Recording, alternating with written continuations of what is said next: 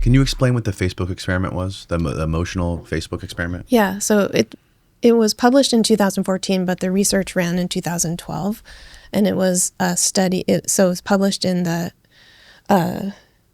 PN, the Proceedings. Anyway, I can't remember the name of the publication, but it's a very prominent publication. So in the experiment, about 700,000 users were selected without being told, because the user agreement allows one to be, it was in PNAS. The user agreement allows you to be... the Facebook, like the general user agreement. Yeah, any general user agreement of that platform, and really any platform, subjects you to A/B testing or experimentation. Mm-hmm. So 689,003 users.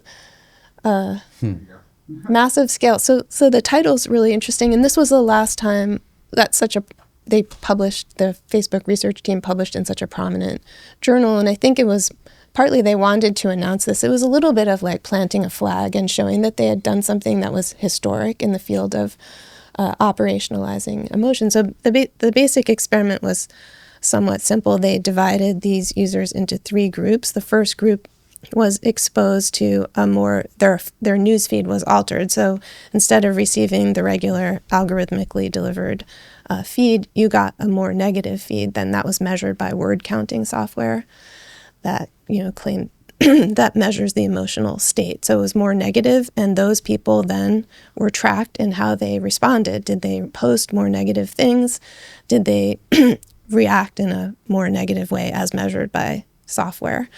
So they measured their reaction by their posts. By their any kind of reaction or emoticon. And these people had no idea they were part of this experiment. Right, and they discovered, and then another group, their feed was altered positively and to a greater or lesser degree or intensity of positivity. And then that group was also traced in its response. And then a third group was a control group, so their feed was unaltered.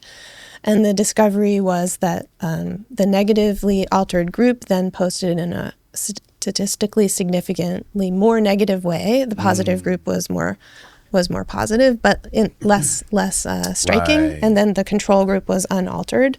And so, but what's interesting too is that the article talks about this, that they say they've operationalized emotional contagion. And emotional contagion was kind of a concept that psychologists have been talking about since the 90s, or perhaps it had been defined in the 1990s, but really it goes much longer back. The question of how do you spread emotion? And people have always known, of course, that if you're in a room with somebody, you're having a conversation like we are, you could be spreading. This is like the essence of a mother-child bond or something like that.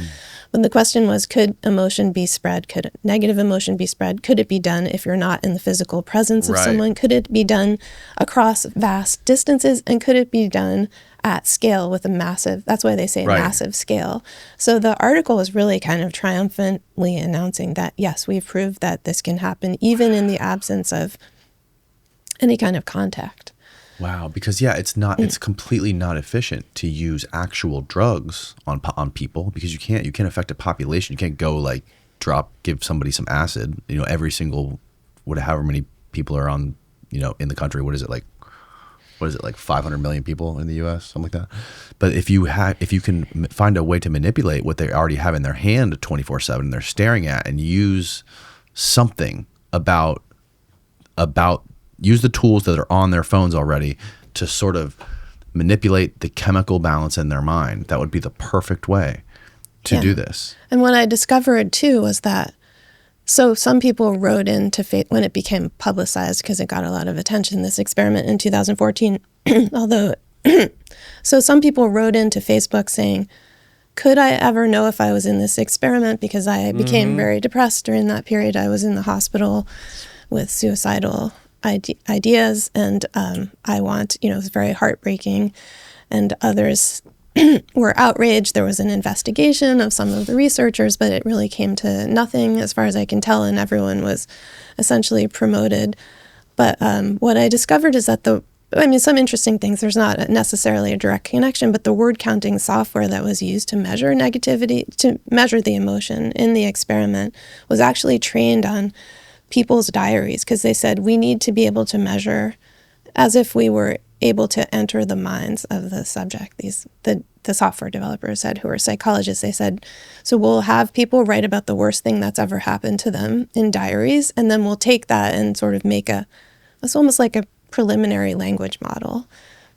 20 years ago, and they use that. This is just the accounting software itself, but so it struck me, it's almost more symbolic, but interesting that it was trained on the data of trauma, essentially.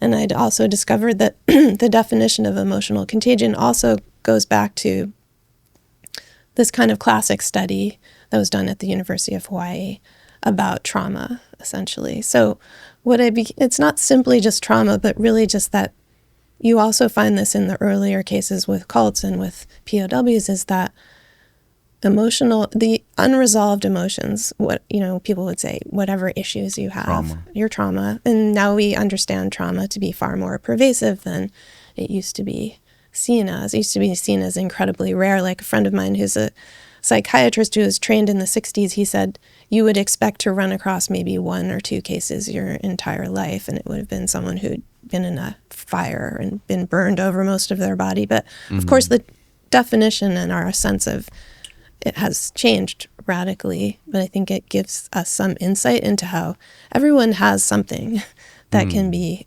some emotional tug or trigger or whatever it is. So I try to shift the focus a little bit away from ideological battles to the sense that these platforms, and I think concerningly AI companionship, these AI companions really trade on a kind of emotional conduit or contagion between the users. Yeah.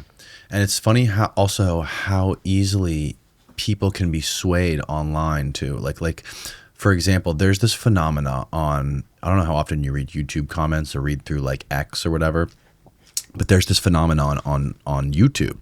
Specifically, if there is like a decent amount of commenters on a video, right? Let's just say it's like a political video of something that happened in the news during like today. And there's, out of 1,000 comments, the top 50 comments, top 100 comments, all are sort of agreeing about one thing.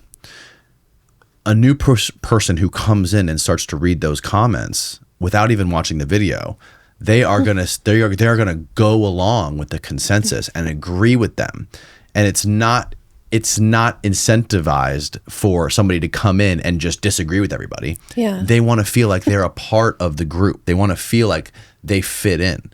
Yeah. So there's this thing, it's called the pile-on effect on YouTube. So like if somebody comes in and says something, everyone starts piling in, and it's not necessarily like their independent thought. They're not using like their critical thinking skills at all. They're just sort of like joining into this group discussion. Yeah, it's kind of, that's a great example. I've definitely seen that. I'm very interested in YouTube. I'm interested in YouTube comments just because for years scholars and historians have always wanted, user data, or what they call it, reception. Like you can never really know.